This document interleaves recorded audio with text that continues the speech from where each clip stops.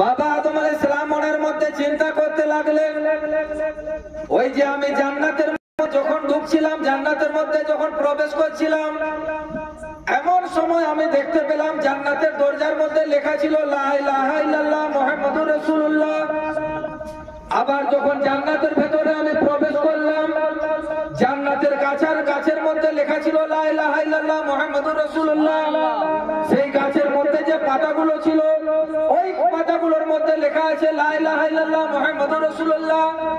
তখন বাবা আদম আলাইহিস সালাম একদিন আল্লাহর কাছে হাত তুলে বললেন, ও রব্বুল আলামিন, ওই যে জান্নাতের মধ্যে লেখা আছে লা ইলাহা ইল্লাল্লাহ মুহাম্মাদুর রাসূলুল্লাহ, আল্লাহ তোমার সঙ্গে যে মুহাম্মদের নাম আছে, আল্লাহ সেই মুহাম্মদের ওসিলা আমি আদমের দোয়াকে কবুল করে নাও। আল্লাহ আমি আদমের দোয়াকে কবুল করে নাও। আল্লাহ ওই যে তোমার নামের সঙ্গে যে নামটা আছে, ভাই বন্ধুরা, আজ এই দুনিয়ার মধ্যে আমরাও দেখেছি যে নিজের নামের সঙ্গে যখন কোনো মানুষ কারোর নাম লাগায়, তখন আমরা বুঝে যাই যে ওই মানুষটার সঙ্গে ওই যে মানুষটার নাম আছে, তার সঙ্গে তার অনেক বেশি মহব্বত আছে, সে তার অনেক প্রিয়, এই জন্য সে তার সঙ্গে তার নাম লাগিয়েছে। তো বাবা আদম আলাইহিস সালাম মনের মধ্যে চিন্তা করতে লাগলেন যে আল্লাহর সঙ্গে ওই যে নামটা আছে, জরুর তাহলে আল্লাহর কোন একটা অনেক বড় একটা নাম, তাহলে আল্লাহর কেউ উনি ওঠেন। এমন সময় বললেন, আল্লাহ তোমার সঙ্গে ওই যে লা ইলাহা ইল্লাল্লাহ মুহাম্মদ, আল্লাহ এবং মুহাম্মদ, আল্লাহ তোমার নামের সঙ্গে সেই নামটা যুক্ত আছে, সেই নামের ওসিলা আমি তোমার কাছে দোয়া করতেছি, মা হওয়ার সঙ্গে আমার মিলন করিয়ে দাও। সুবহানাল্লাহ, সুবহানাল্লাহ। এই দোয়া করা দেরি ছিল, দোয়া শেষ হবার আগে আগে আমার আল্লাহ বাবা আদম আলাইহিস সালামকে গায়েব থেকে ডাক দিয়ে বললেন যে, ও আদম, আমার নামের সঙ্গে যে মুহাম্মদের নাম, সেই নাম তুমি কি করে জানলে, তাকে তুমি কি করে চিনলে? আল্লাহ যখন বললেন গায়েবের থেকে আদমকে, তখন আদম আলাইহিস সালাম বললেন যে আল্লাহ, ওই যে জান্নাতের মধ্যে যখন আমি ঢুকছিলাম, তখন দেখলাম যে তোমার সঙ্গে ওই যে মুহাম্মদের নাম আছে, নিশ্চয় তিনি হচ্ছেন আপনার কোন প্রিয়। সুবহানাল্লাহ, সুবহানাল্লাহ। তাছাড়া আল্লাহ নিজের নামের সঙ্গে নাম মিলাচ্ছেন।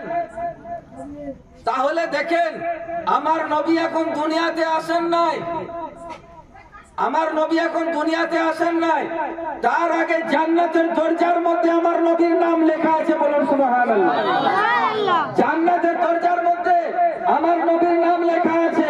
আদম আলাইহিস সালাম প্রথম নবী, আদমের পর থেকে নিয়ে 1,24,000 নবীদের যুগ দুনিয়ার মধ্যে পার হয়ে গেল। তারপরে শ্রেষ্ঠ যুগের মধ্যে, এই যে যুগের মধ্যে আমরা বসবাস করে থাকি, এই যুগের মধ্যে আমার নবীকে পাঠালেন।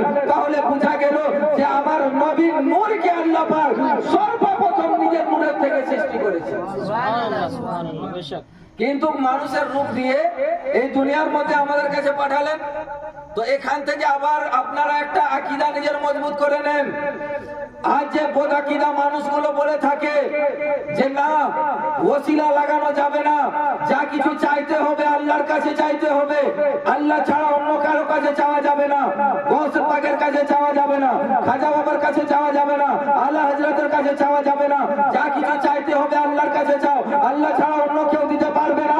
কিন্তু এখানে বাবা আদম আলাইহিস সালাম বলছেন যে আমি 300-350 বছর কান্না করেছি, আল্লাহ আল্লাহ আল্লাহ করেছি, আল্লাহ মিলন করিয়ে দাও, কিন্তু আল্লাহ দোয়া কবুল করেন নাই। কিন্তু যেদিন আমি ওই মুহাম্মদের নামের ওসিলা নিজের দোয়ার মধ্যে লাগিয়ে দিলাম, এই দোয়ার মধ্যে নবীর নামের ওসিলা লাগাতে যত দেরি ছিল, আমার আল্লাহ আমার দোয়া কবুল করতে দেরি করলো। সুবহানাল্লাহ, সুবহানাল্লাহ।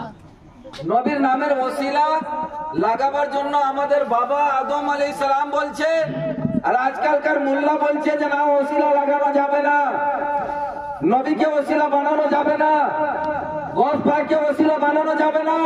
তাহলে ভাই, আজকালকার মোল্লার কথা শুনবেন না আমাদের বাবা আদম আলাইহিস সালামের কথা শুনবেন? বাবা আদম আলাইহিস সালামের কথা শুনবেন।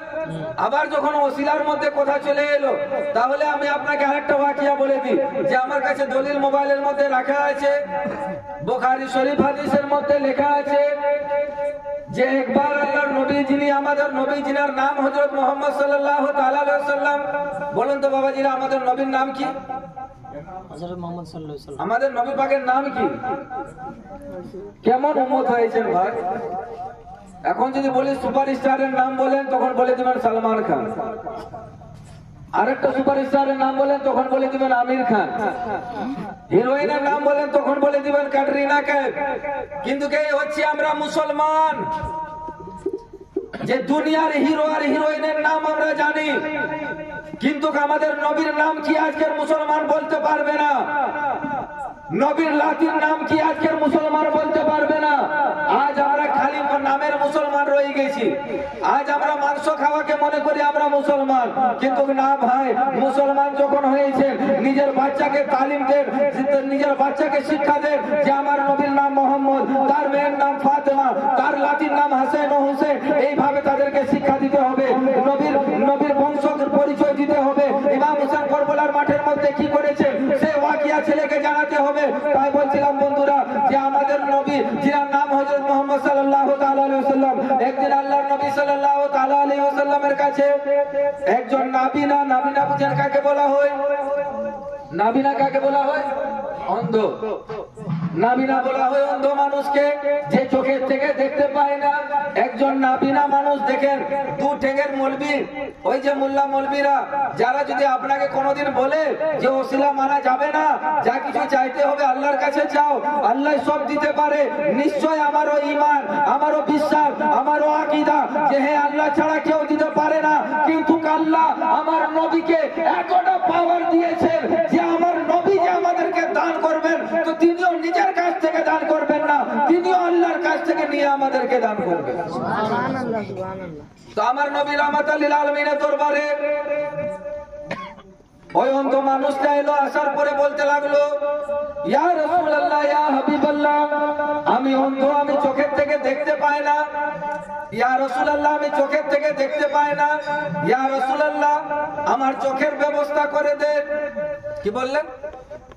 চোখের ব্যবস্থা করে দেন। তখন আল্লাহর নবী বললেন না কেন যে তুই চোখ আমার কাছে কেন চাইছিস? আল্লাহর কাছে চা। আজ ওই যে মোল্লাগুলো বলে যে ডাইরেক্ট আল্লাহর কাছে চাও, নবীর কাছে চাওয়া যাবে না। কেউ যদি হাদিসের থেকে প্রমাণ চায়, তাকে আমি হাদিসের থেকে প্রমাণ দিব যে ওই সাহাবী আমার নবীর কাছে এলেন, আসার পরে বললেন, ইয়া রাসূলুল্লাহ, আমাকে আমার চোখের ব্যবস্থা করে দেন। নবী বললেন না যে ও আমার সাহাবী, তুমি আমার কাছে চোখ কেন চাইছো? তুমি শিরক করেছো। আজ আমাদের উপরে শিরকের ফতোয়া লাগানো হচ্ছে, কিন্তু আল্লাহর নবী কি বললেন জানেন? বললেন, ও সাহাবী শুনো, তুমি যদি চোখ না পাও তাহলে কোনো অসুবিধা আছে কি? কিন্তু ওই সাহাবী দেখেন কতটা চালাক ছিল। সেই সাহাবী তখন বলতে লাগলো, চিন্তা করতে লাগলো যে আমি আজ এমন জায়গাতে আছি যে জায়গার মধ্যে अगर कोई इंसान कतरा मांगता है तो मेरे नबी वो है कि उसे समंदर अता करे। सुभान अल्लाह। आज नबी के बारगाह में है, नबी के बारगाह में आज आंख मिल जाएगी, ये मौका है, छोड़ूंगा क्यों? ছাড়বো কেন? আমি তো রাহমাতুল লিল আলামিন নবীর কাছে আছি। ওই মানুষ তখন বলতে লাগলো, ইয়া রাসূলুল্লাহ, না আপনি আমার আঁখে চোখের ব্যবস্থা করে দেন। দয়ার নবীজি রাহমাতুল লিল আলামিন বললেন, ও বান্দা, যদি তুমি পারো তাহলে সবর করে নাও, এর বদলে আল্লাহ তোমাকে অনেক কিছু দান করবে। বললেন, না ইয়া রাসূলুল্লাহ, আমাকে চোখ চাই। ইয়া রাসূলুল্লাহ, আমার চোখের জন্য ব্যবস্থা করে দেন। দয়ার নবীজি রাহমাতুল লিল আলামিন বললেন, ঠিক আছে, তাহলে কাজ করো, যাও উযু বানিয়ে আসো, ভালোভাবে উযু বানিয়ে আসো। কাকে বললেন? ওই অন্ধ মানুষকে বললেন যে যাও ভালোভাবে উযু বানিয়ে আসো। ওই মানুষ উযু বানিয়ে এলো। আসার পরে নবী মুস্তাফা বলতেছেন যে মুসল্লা বিছাও। মুসল্লা বিছালেন। বললেন, ইয়া রাসূলুল্লাহ, এবার কি করতে হবে? দয়ার নবীজি বললেন যে ও সাহাবী শুনো, এবার তুমি 2 রাকাত নফল নামাজের নিয়ত করো, আর নিয়ত করার পরে তুমি নামাজ আদায় করো, আর নামাজ আদায় করার পরে সালাম দাও, সালাম ফেরো, আর সালাম ফেরার পরে হাত তুলে আল্লাহর কাছে এইভাবে দোয়া করো যে আল্লাহ, আমি এই নামাজ পড়ার পরে তোমার দরবারে হাত তুলে তোমার এই নবীকে ওসিলা বানিয়ে তোমার কাছে আমি চোখ চাইতেছি। হাদিসের মধ্যে লেখা আছে যে ওই সাহাবী নিজের দোয়াকে আল্লাহর কাছে চাইছিলেন, দোয়ার মধ্যে মধ্যে আল্লাহর কাছে চোখ চাইছিলেন, দোয়া না শেষ হওয়া পর্যন্ত তিনি চোখ বন্ধ করে চাইছিলেন। চোখ তো তিনার বন্ধ ছিল, অন্ধ মানুষ, চোখ বন্ধ করে উনি চাইছিলেন।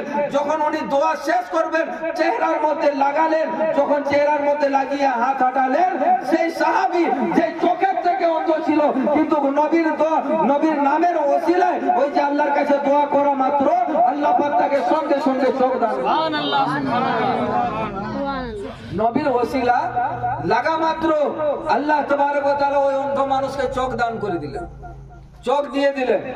তাহলে দেখেন ভাই, আমার নবী বলছেন এখানে যে আমার নামের ওসিলা লাগিয়ে আল্লাহর কাছে দোয়া চাও, আল্লাহ দোয়া কবুল করবেন। আর আজকালকার ওয়াহাবি বলে থাকে যে নবীর ওসিলা লাগানো যাবে না। আজকালকার দেওবন্দি ওয়াহাবি বলে যে না, নবীর ওসিলা লাগানো যাবে না, গৌস পাকের ওসিলা লাগানো যাবে না, খাজা বাবার ওসিলা লাগানো যাবে না। কিন্তু বাবা আদম আলাইহিস সালাম নবীরকে ওসিলা বানিয়ে আল্লাহর কাছে দোয়া করছেন, আল্লাহ মা হাওয়ার সঙ্গে মিলন করিয়ে দিয়েছেন। ভাই, আমার নবী হচ্ছেন এমন একজন নবী, যদি আপনার দোয়া কবুল না হয় আপনি এই নবীকে ওসিলা বানিয়ে আল্লাহর কাছে চান, যা কিছু আল্লাহর কাছে আপনি চাইবেন আপনার চাইতে দেরি হবে, আল্লাহর দিতে কোনো দেরি হবে না। আপনার চাইতে যত দেরি, কিন্তু আমার আল্লাহ দিতে দেরি হবে না। তো ওই জন্য ভাই, বাবা আদম আলাইহিস সালাম ওই যে দেখলেন যে জান্নাতের মধ্যে নবীর নাম, তাহলে সেই নবীকে আল্লাহ কতটা ভালোবাসে ভাই, সেই নবীকে আল্লাহ কতটা পছন্দ করেন।